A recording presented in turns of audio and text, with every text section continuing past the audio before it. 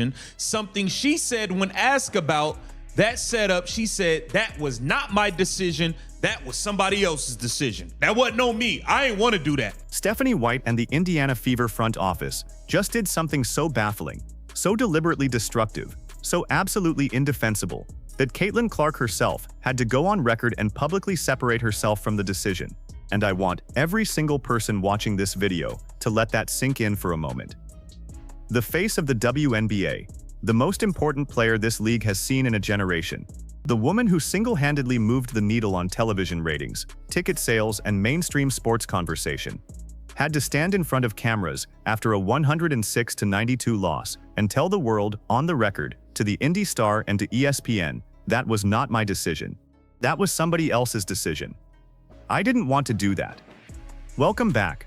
This is Rim Run, and today we are ripping the doors completely off the Indiana Fever's substitution disaster and documenting the exact moment this coaching staff proved they are not equipped to manage the most valuable asset in women's basketball. Overall, Stephanie White said anytime you missed a couple of weeks, it's going to take time to get acclimated. It's going to take time to build endurance. Before I walk you through every damning quote, every brutal time log number, and every glaring contradiction between what Stephanie White said publicly and what Caitlin Clark said publicly, I need you to understand something that the mainstream sports media has completely glossed over. This is not a story about a minutes restriction. Every single person watching this video understands that a player coming back from a back injury after 2.5 weeks away from game action is going to face some kind of minutes limit. Nobody here is arguing against that. That is rational. That is standard sports medicine protocol. That is not the issue. The issue, and I have been documenting this organizational dysfunction for weeks now, and if you missed my breakdown from earlier this month, go check it now. The issue is the specific, catastrophic, baffling way Stephanie White chose to implement that restriction. Because there is a massive difference between a minutes restriction and what we actually watched happen in that game. And Caitlin Clark, to her credit, refused to stay quiet about it. She went to the Indy Star, she went to ESPN, she put it on the record, and I am going to give you every single word of it right here on Rim Run. Stay locked in, because at around the 9-minute mark of this video, I am going to lay out 5 specific predictions about what happens next, to Stephanie White's job security, to Caitlin Clark's next move, and to this franchise's season trajectory. No other channel is giving you 5 staked predictions with receipts. We do it differently here. Let's get into it. Environment. Obviously, I'm such a competitor. I think I can play more, but sometimes that can get you in trouble. It's a long season. It's a long year, and a couple of games like this isn't going to mess you up. Let me start with the raw, undeniable, concrete facts, because the numbers here are what make this so catastrophic. According to the time log reported by Chloe Peterson at the Indy Star, and this article dropped following Indiana's 106-92 loss, here is exactly how Caitlin Clark's minutes were distributed across 4 quarters. First quarter, 3 minutes and 25 seconds. Then she came out. Second quarter, 3 minutes and 8 seconds. Then she came out. Third quarter, 2 minutes and 30 seconds. Then she came out. Fourth quarter, 3 minutes and 17 seconds. I want you to sit with those numbers for a second. 3 minutes and 25. 3 minutes and 8. 2 minutes and 30. 3 minutes and 17. We are talking about the best player on this roster, the face of the entire league, playing in 2 to 3 minute bursts, getting yanked, going back to the exercise bike on the sideline with a heat therapy pad strapped to her back, then coming back in, playing another 2 to 3 minutes, getting yanked again, over and over and over. 4 times, every single quarter, like clockwork. And here is what makes this so insane. Caitlin Clark was not even tired. She said it herself. She told reporters after the game, "I didn't even feel very winded." She told the trainers after the game that it stinks they didn't win. She acknowledged her body felt great. This is a player who was ready to compete at a higher level, who was physically capable of more, and the coaching staff was pulling her every 3 minutes regardless. Now I want you to hear something. Because the Indy Star's reporting by Chloe Peterson captured a quote from Caitlin Clark that is, without question, the most telling thing she has said publicly about her own coaching staff since she arrived in Indiana. Don't take my word for it. She said it herself. Watch this. Something she said when asked about that setup. She said, "That was not my decision. That was somebody else's decision. That wasn't on me. I ain't want to do that." She said it, with cameras rolling. After everything we just watched in that game, Caitlin Clark, composed, professional, measured, looked at the media and said, "That was not my decision. That was somebody else's decision. I didn't want to do that. That was somebody else's decision. Let me say that back to you in the harshest possible framing, because I want every single person watching this video to understand what just happened. The star player, the player this franchise is built around, the player whose jersey is selling out, the player who is the reason this team is on national television, publicly disowned the coaching staff's game plan. On the record, to 2 separate media outlets. She drew a clear, explicit, deliberate line between herself and the people making decisions about her playing time. She did not hedge. She did not say, "I trust the process." She said, "That was somebody else's decision. I didn't want to do that." I have been in this space covering the WNBA for a long time now. And I am telling you, that kind of public statement from a franchise player about a coaching decision is not normal. That is not routine. That is a player communicating, loudly, clearly, for the record, that she was not on board with what happened. And the Indy star put it in print, and ESPN picked it up.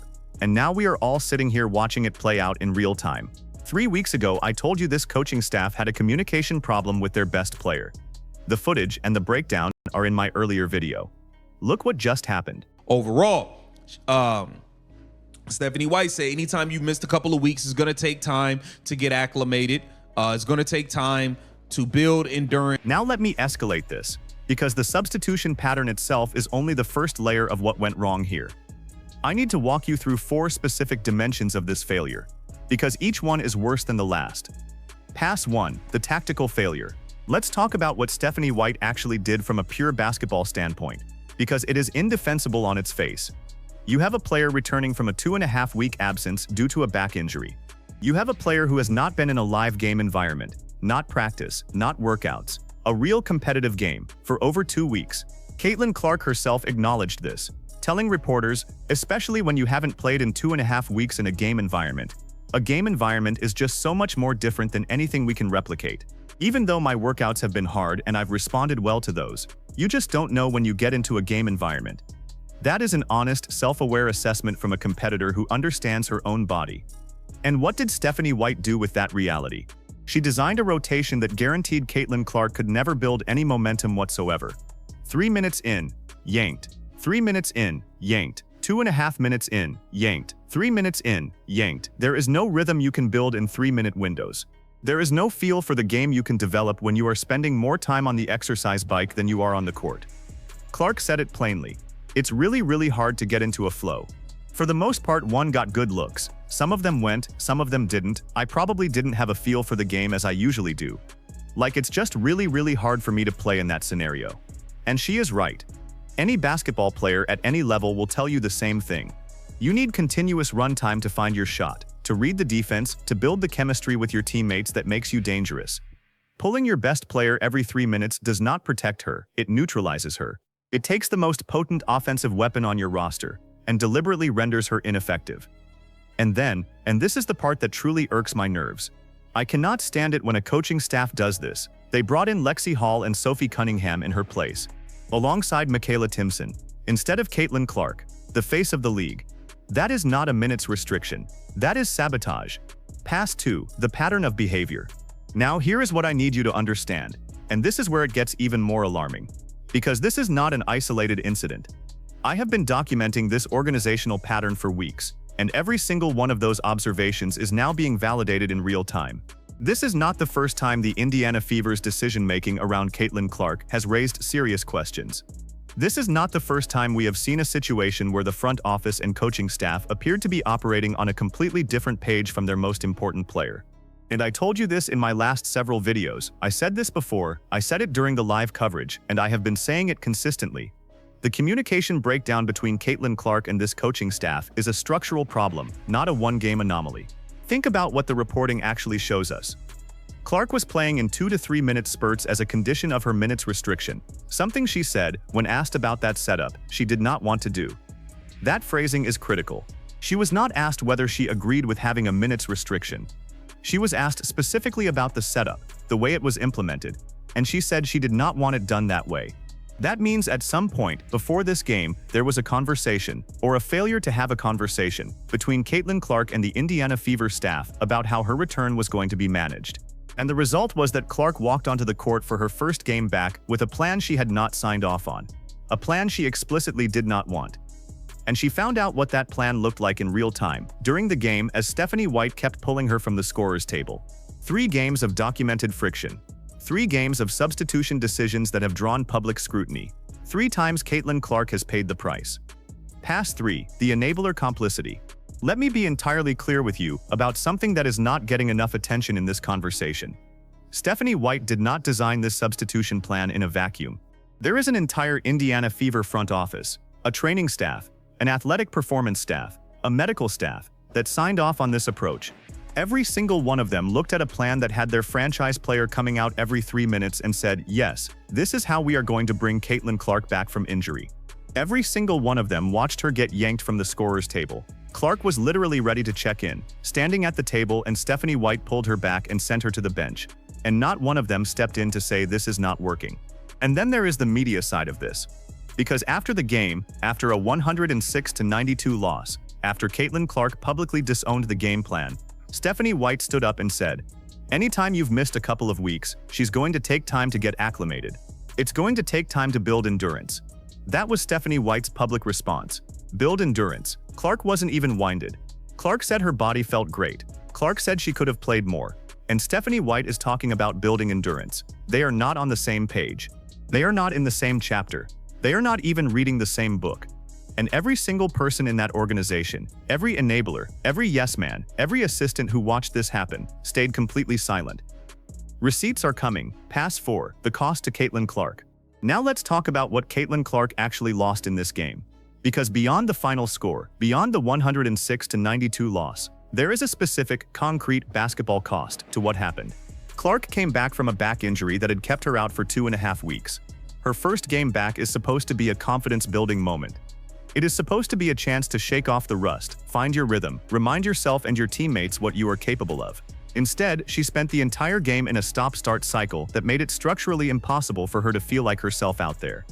She said it. I probably didn't have a feel for the game as I usually do. That is a competitor telling you that the conditions she was put in prevented her from performing at her standard.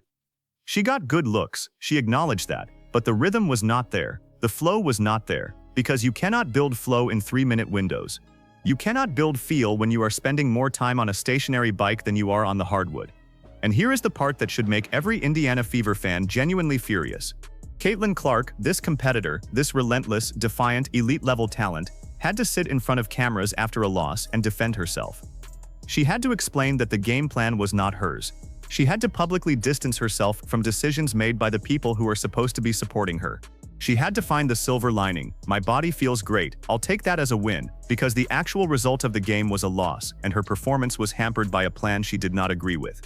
That is what Caitlin Clark's first game back from injury looked like. That is what the Indiana Fever's brain trust delivered for their franchise player.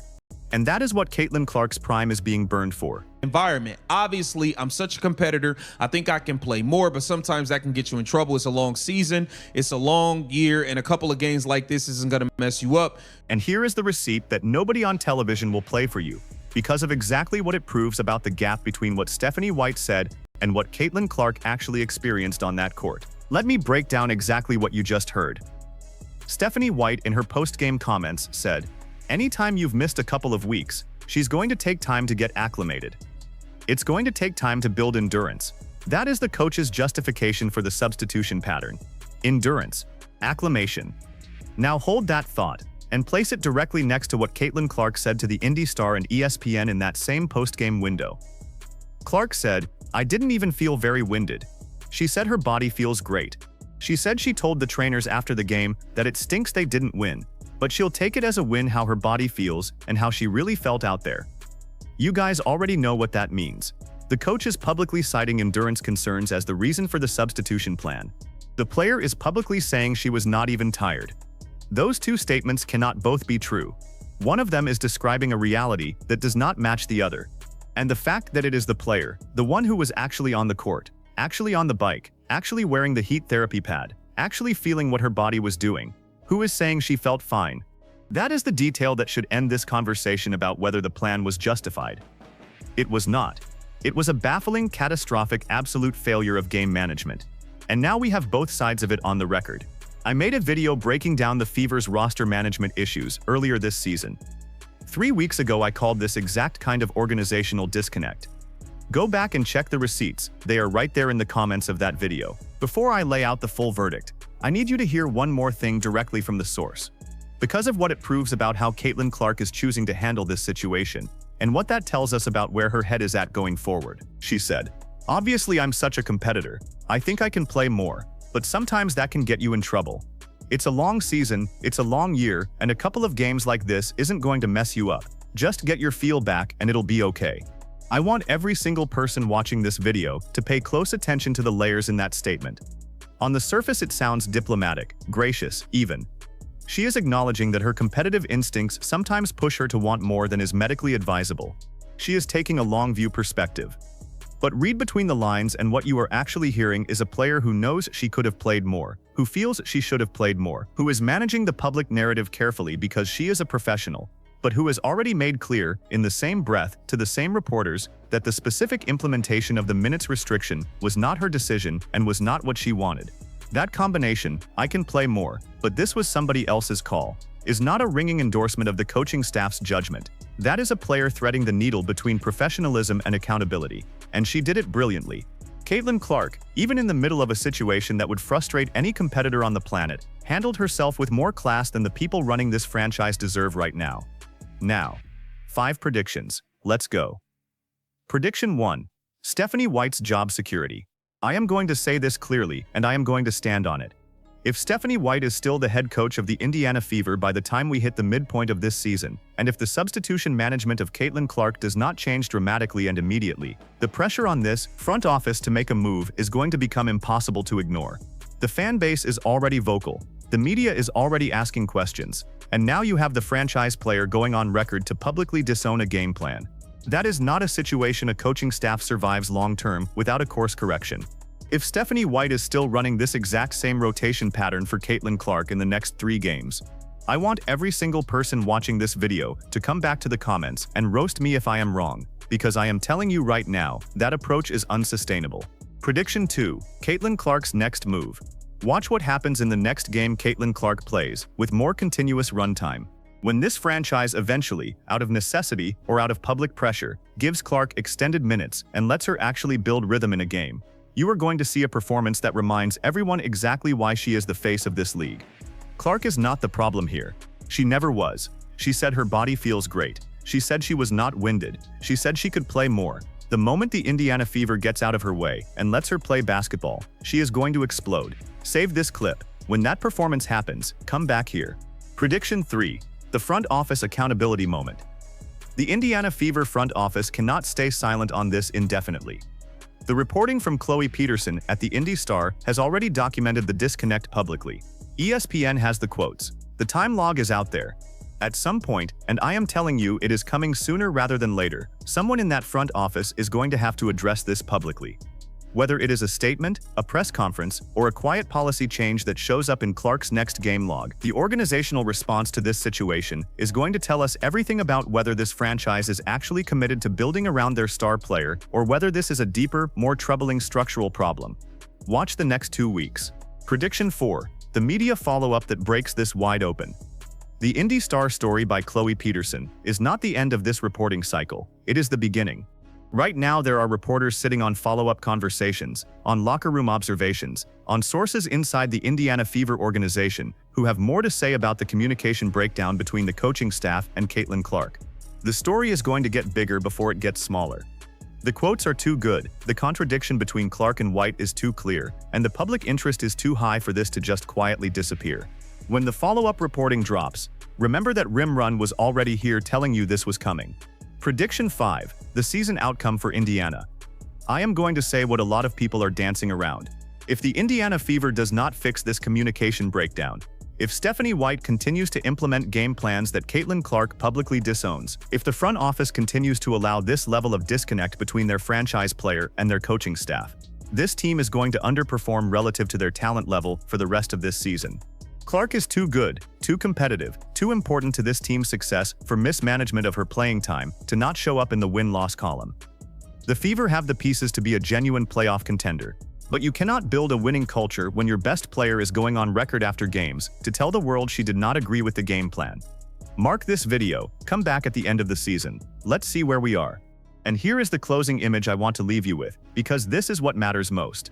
Caitlin Clark, right now, today, is standing in front of cameras after a loss, after being yanked from the scorer's table, after playing in 2 and 3 minute bursts, after being told to go back to the bike over and over, and she is still composed, she is still professional.